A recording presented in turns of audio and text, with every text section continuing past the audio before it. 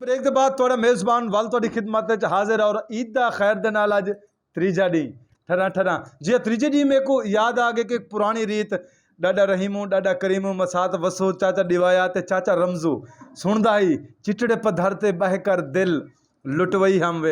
जी हाँ, इवें मेरे सज्जन परदेसी भी दिल लुटवई खड़े लेकिन उस्ताद पप्पू को गुजारिश करें कि ये पुराने गीत जड़ा है साकू जरूर सुनवे सन चिटड़े पधर ते बहकर दिल लुटवई हम वे। आओ सुनते हैं तो चैनल को सब्सक्राइब लाजमी करे सो।